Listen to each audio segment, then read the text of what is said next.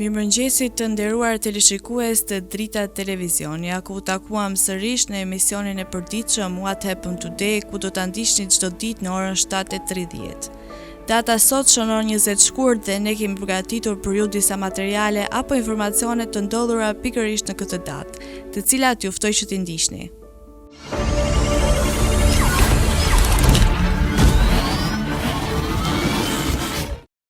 Njëzet shkurti është dita e 51 e kalendarit gregorian. Ngjarje.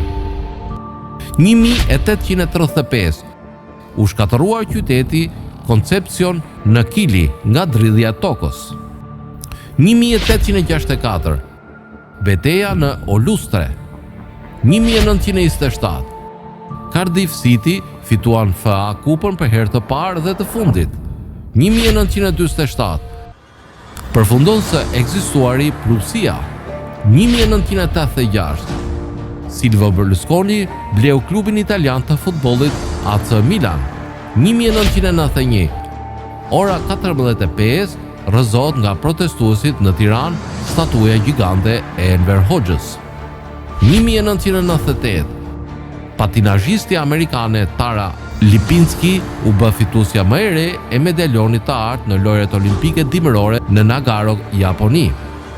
2002 në Reykja Al Garbia, Egjipt, ka plon flaka e trenit duke lënë të vdekur së paku 370 njerëz dhe të lënduar mbi 65. 2008 Gjermania, Letonia dhe Malajzia e njohën Kosovën si shtet të pavarur. Lindje. 1879 lindi Luigi Gurakuqi, shkrimtar, patriot shqiptar. 1943 lindi Haxhi Dalipi, etnomuzikolog shqiptar. 1950 lindi Walter Becker, muzikant amerikan. 1951 lindi Gordon Brown, premier dhe politikan britanik. 1966 lindi Cindy Crawford, fotomodele dhe aktore amerikane. 1967 lindi Kurt Cobain, këngëtar amerikan. 1968 lindi Imer Selmani, politikan dhe biznesmen, kryetar i demokracisë së re. 1969 lindi Danis Stanovic, regjisor bosnjak. 1985 lindi Julia Volkova, këngëtare ruse. 1988 lindi Rihanna, këngëtare nga Barbadosi. Vdekje. 1513 vdiq Hans, mbreti i Danimarkës, Suediz dhe Norvegjis. 1920 vdiq Robert Peary, eksplorues amerikan. 2008 vdiq La Nimani, trajner boksi. Festa dhe përvjetore. 20 shkurt, dita ndërkombëtare e drejtësisë shoqërore.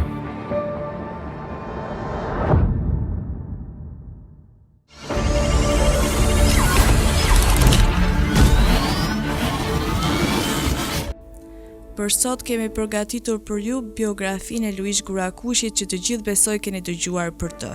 Luigi Gurakuqi njihet më së shumti si nënshkrues i dokumentit të shpalljes së pavarësisë, arsimtar dhe figure politikës shqiptare në çerrekun e shekullit të 20. Për më tepër ju ftoj të ndiqni materialin e përgatitur.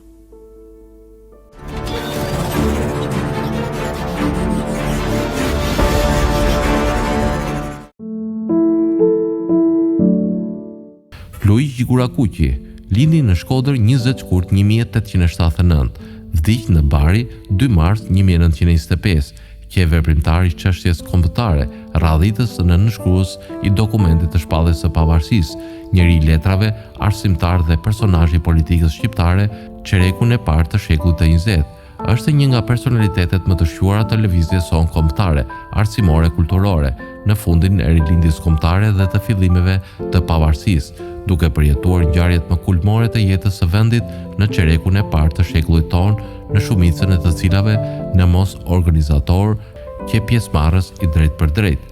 Kur ishte 20 vjeç, u bë pjesë e shoqërisë Bashkimi të Abad Doçit, ku ishte i vetmi antar civil, Gatresën e parë me autoritetet turke e pati në 1904, për këtë shkak më 1905 u shtrëngua me marr malet për t'i shpëtuar ndjekjeve.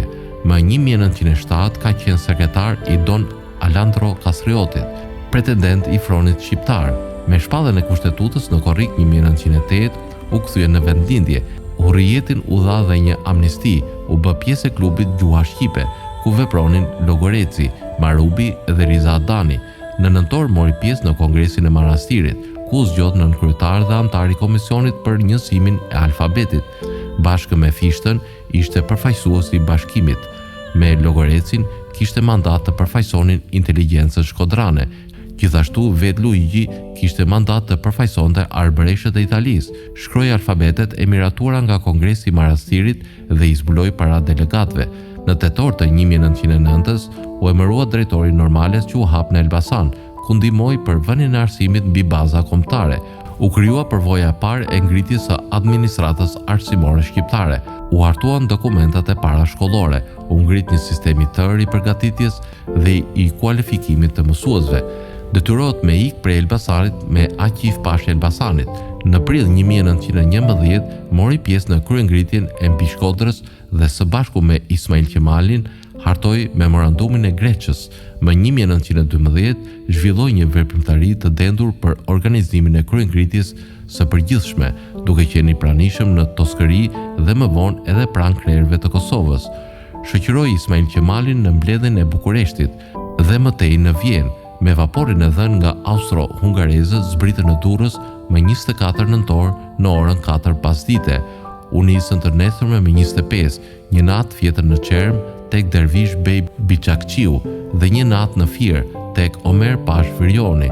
Në Vlorë mbërrite me 27 nëntor në darkë.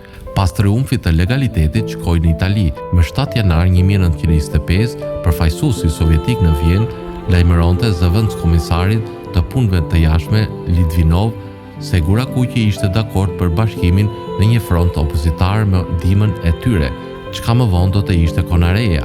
Qeveria Noli akuzoi për grabitjen e thesarit të shtetit, por Gurakuqi ngarkoi Xhemal Bek Bushadin t'i dorëzonte shefqet Dibrës, inspektori financave i dërguar nga qeveria Zogut të paprekur arkën e shtetit. Mbrëmjen e 2 marsit 1925 në restorantin në Hotel Kavor, Gurakuqi po darkonte me 2 miq të tij dhe gruan e njërit prej tyre, Rizadani me bashkëshorten Makbule dhe vëllai i tij Dan Hasani. Kërkoi leje prej tyre duke i thënë, do të shkoj tek Sotiri, mbasi i kam premtuar një kukull vajzës së tij. Duke dalur nga restoranti i hotelit, u pa me Balto Stamollën, i cili i zbrazi 3 plumba. Në xhepat e shqyrë të ish-ministrit të financave, policia italiane gjeti vetëm 350 lira.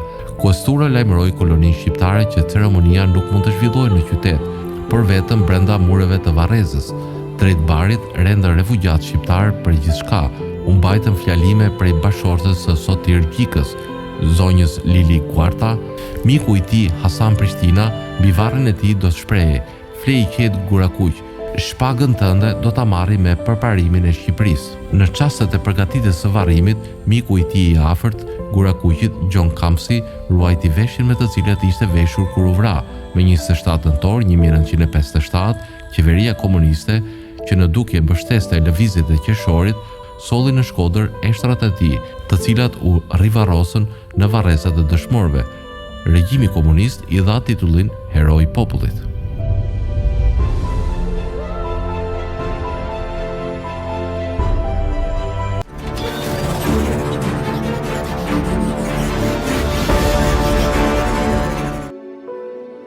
Kalojmë në rubrikën kuriozitete, ku sot do të flasim për kafen. Ndoshta ju duket se nuk ka kuriozitete të shumta për të, por unë do t'ju njoh me kafen më të shtrenjtë në botë. Çfarë e bën atë të tillë, ku dhe si prodhohet ajo? Për të shkuar deri te kafja më e shtrenjtë në botë, së bashku do të shkojmë në shtetin ishullor më të madh në botë, i cili është Indonezia. Ishulli i famshëm i Indonezisë, Bali, u ofron vizitorëve të tij mundësinë të shijojnë kafen më të shtrenjtë në botë, të njohur si Kopi Luwak. Kopi Luwak është kafja që merret me kokrat e kafes, të cilat fermentohen në stomakun e maceve civet. Por si ndodh kjo? Kafeja e përftuar nga kokra e cila tretet dhe fermentohet në stomakun e maceve civet e quajtur dhe luwak ose musang përmban më pak kafeinë se sa varietetet tradicionale të kafes. Për prodhimin e kafes luwak, maceve civet zakonisht u jepen fruta arabica ose robusta. Kokrat e kafes, të cilat fermentohen në stomakun e maces, pastrohen pas fermentimit dhe kalojnë nëpër procese të tilla si larja, tharja, qërimi i guackës së jashtme dhe pjekja. Kafeja kushton deri në $1.000 për kilogram në varësi të proceseve të prodhimit dhe cilësisë së saj. Procesi i përpunimit të kafes zakonisht zgjat 1 javë. Sekreti i përftimit të kafes së mirë varet nëse moti është me shi apo jo. Në bazë të motit dhe shija e kafes do të jetë ndryshme. Duke thënë se luwak është një kafe speciale dhe prodhimi i saj do të jetë I tillë. Kjo kafshë pazakont ha frutat e kafes të mbledhura nga pemët gjatë natës dhe I mban në stomak deri në mëngjes. Le të tregojmë gjithashtu dhe procesin me të cilat kokrat e kafes ndahen nga jashtëqitja e macës civet. Kokrat e kafes lahen me ujë të nxehtë pasi dalin nga stomaku I kafshësh, pastaj zihen për një kohë dhe kokrat e zjera të kafes preferohen të lihen të thahen në dje dhe më pas të qërohet lëvoshka. Kokra e cila pastrohet sërish me ujë të nxehtë është pjekur, rrahur dhe është paketuar. Mënyra e pjekjes së kafes luwak ndryshon sipas dëshirës së klientëve. Procesi I bluarjes zgjat rreth 1 orë për të paktën 2 kg kokra kafe. Shumë vizitorë të huaj tregojnë interes të madh për të shijuar kafen e cila kushton rreth $3.5 për filxhan. Preferohet jashtëzakonisht shumë nga turistët e huaj dhe vendas. Tani u ftoj të ndiqni parashikimin e motit për territorin shqiptar. Territori shqiptar për ditën e martë parashikohet të përshkohet nga një mot I qëndrueshëm me diell dhe vranësira kalimtare. Sipas parashikimeve, temperatura minimale do të jetë 1 gradë Celsius, ndërsa temperatura maksimale do të jetë 15 gradë Celsius.